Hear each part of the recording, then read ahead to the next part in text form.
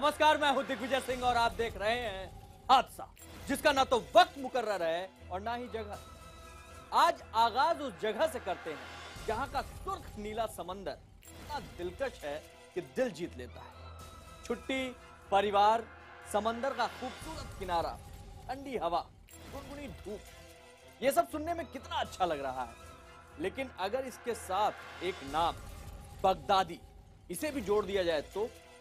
जी हां, खबर तो कुछ यही आ रही है। बगदादी और उसके गुर्गों ने स्पेन में सैलानियों को निशाना बनाने का नया ब्लूप्रिंट तैयार किया है।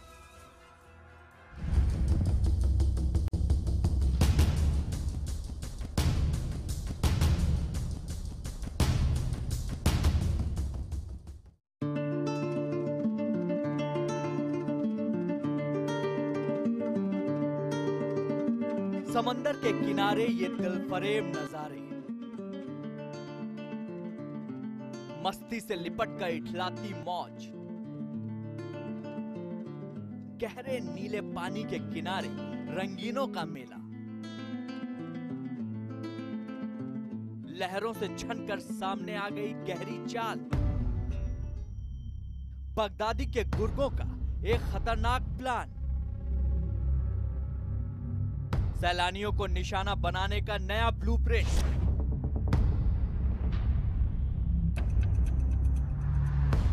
नीले समंदर के हर एक किनारे को लाल करने की साजिश।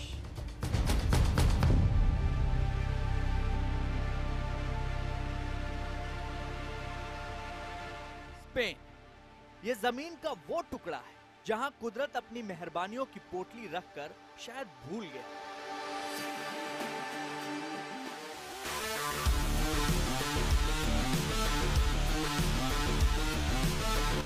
गहरे नीले समंदर की खिलाती मौजों के किनारे मौज मस्ती का मेला हरदम लगा रहता है। दुनिया के ज्यादातर सैलानी जब अपनी जिंदगी के खुशनुमा लम्हों को और भी ज्यादा खुशगवार बनाने निकलते हैं तो उनके कदम खुद ब खुद इस समंदर के किनारे की तरफ चल पड़ते हैं।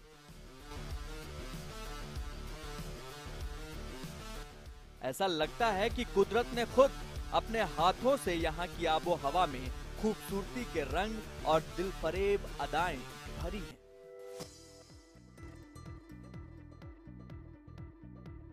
कहते हैं कि समंदर दिन के हर गुजरते लम्हे के साथ अपना रंग और मिजाज दोनों बदलता है और देखने वालों की आंखों की यही गवाही है कि समंदर और उसे जुड़ी हर एक कहावत को कुदरत ने शायद इसी मुल्क की हदों में समेट कर रख दिया है।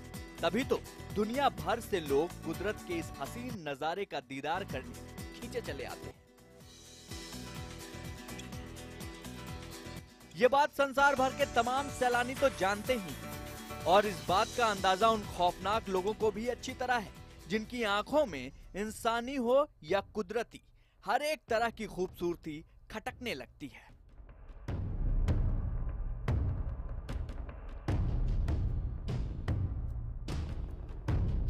हमारे इशारे की उंगली सीधे तौर पर अबू बकर अल बगदादी के इस्लामिक स्टेट के लड़ाकों की तरफ उठ रही है, जिनकी एक गहरी साजिश की निगाहें इसी खूबसूरती पर गड़ चुकी हैं।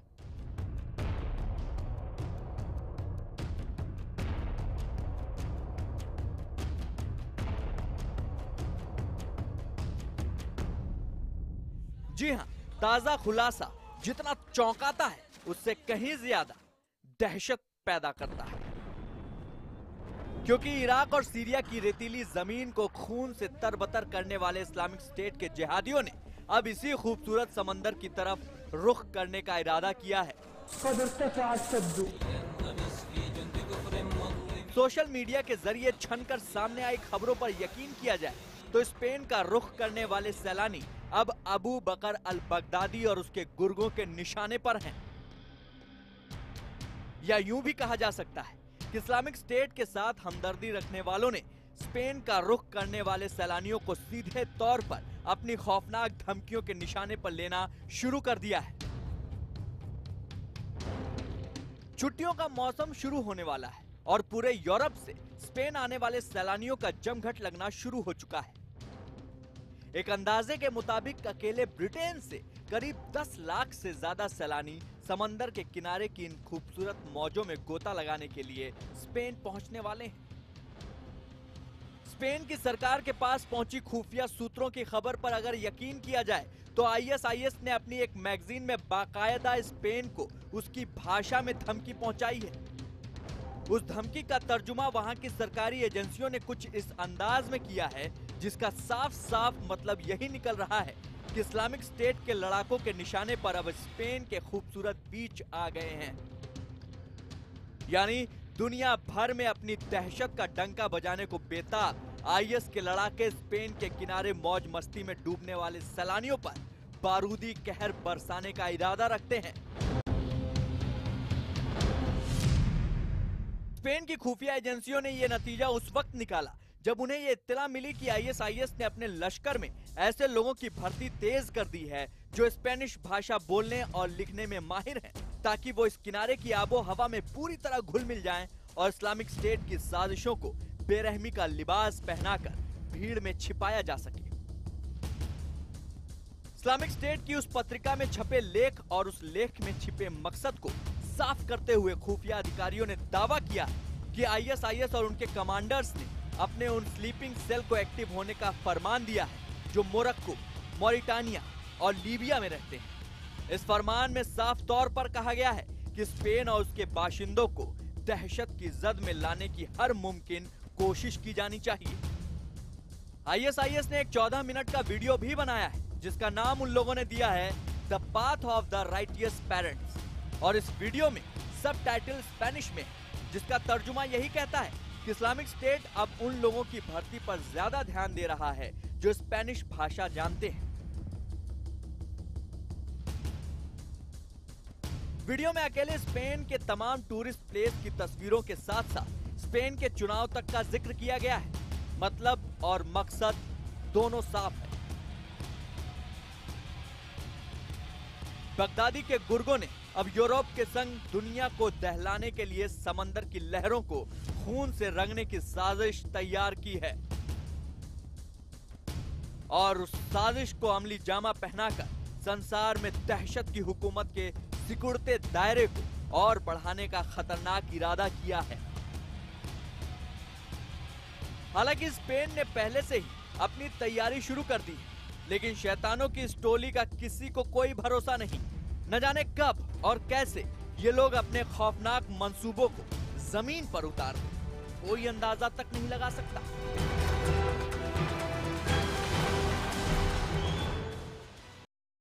बगदादी की साजिशों का नया ब्लूप्रिंट तो आपने देख लिया, लेकिन अब जिसे देखेंगे हैरत में पड़ जाएंगे, क्योंकि उसने मौत को हराया है। जी हां, वो शख्स है जो बगदादी के गुर्गों की बंदूकों के साए से निकलकर आजाद जिंदगी बसर कर रहा है और मौत के उस मंजर की कहानियां जमाने को सुना रहा है।